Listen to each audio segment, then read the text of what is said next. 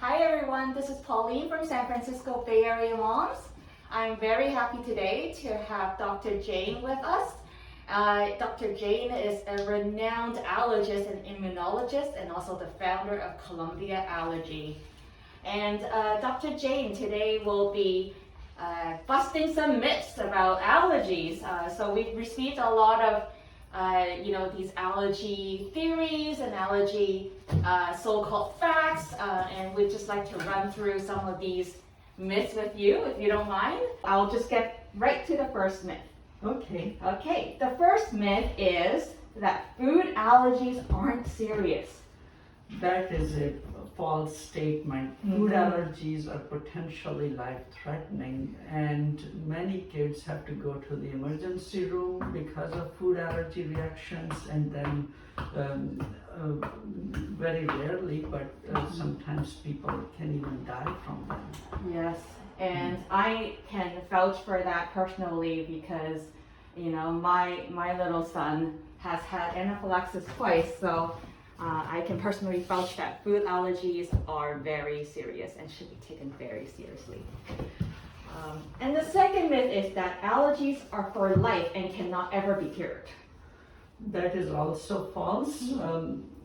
Many kids do grow out of their food allergies. When babies first start introducing food in their diet, sometimes they develop allergies to foods such as dairy and eggs, and most of those kids grow out of those allergies. But if somebody develops really severe allergies such as allergy to peanut, then they're less likely to grow out of that allergy. But allergies change over time, and sometimes they can get worse, sometimes people can grow out of those allergies over time. Oh, that's really great to hear. And the third myth is that the only way to treat allergies is strict avoidance. Strict avoidance has been the standard of care for decades, but in the last 10 to 15 years, allergists have developed treatment options where kids can be desensitized to whatever they're allergic to so that they can actually tolerate those foods. In many cases, the tolerance is not perfect. Sometimes kids may not be able to eat that food freely, but in most cases one can achieve a state where at least we don't have to worry about a potentially life-threatening reaction from accidental exposures. Another great reason to come visit Columbia Allergy, by the way, which is what we're doing right now.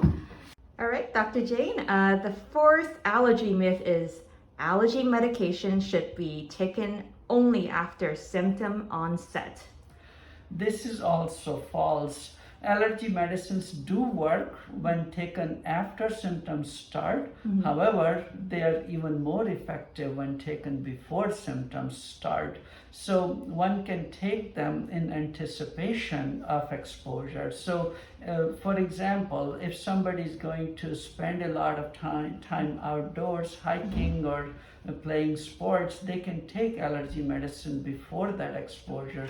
If somebody is going to go to a house which has cats, for example, and if somebody is allergic to cats, they can take allergy medicine before that exposure.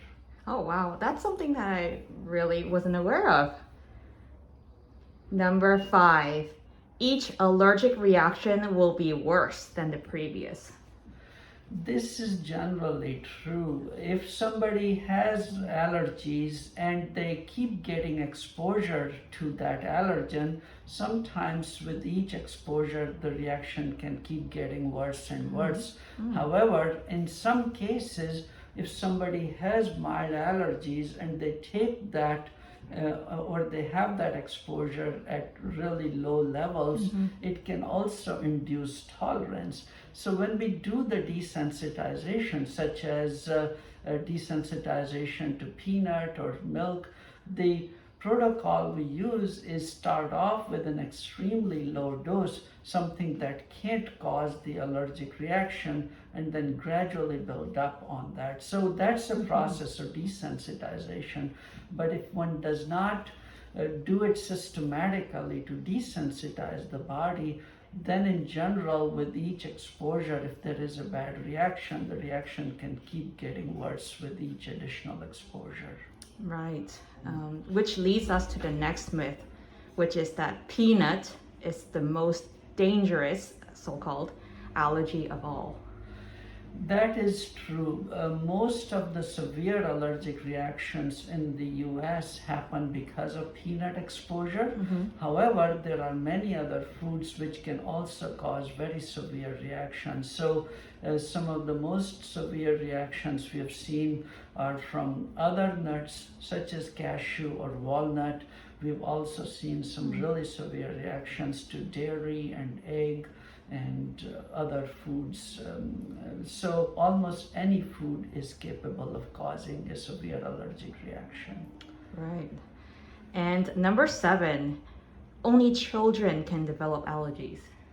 That is also false. Even though the incidence of food allergies is much higher in kids, however, we have seen adults, even in their 70s or older, develop allergy for the very first time. So allergies can develop at any age. Okay. So we all need to take a proactive stance for allergy prevention. I totally agree. And myth number 8, food allergies are the same as food intolerance. That is false. Food allergy is a specific immune reaction that is induced by specific antibodies, which we call IgE. Other types of food reactions do happen. Some of them are because we can't digest certain foods. For example, if somebody has difficulty digesting the milk sugar called lactose, they can have a condition called lactose intolerance. One can also have other type of immune reactions. For example, some people have celiac disease, which is an immune reaction to the wheat protein gluten. And so that's a different type of immune reaction. That's not allergy. So there are different types of food reactions that happen, and some of them are allergic, some of them are non-allergic. Great. And we will be diving more into food allergies versus food intolerance on our website. So stay tuned for that article coming right up. Myth number 9. Eczema is a form of skin allergy. That is true. Eczema is a type of allergic inflammation.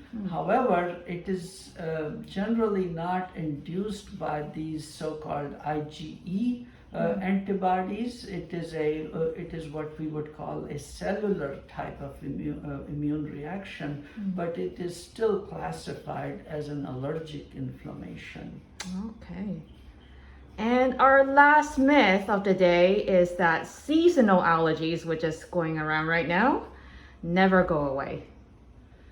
In general, that is true. Once you develop environmental allergies, they tend to stay, although in many cases they can also get better on their own or get worse on their own.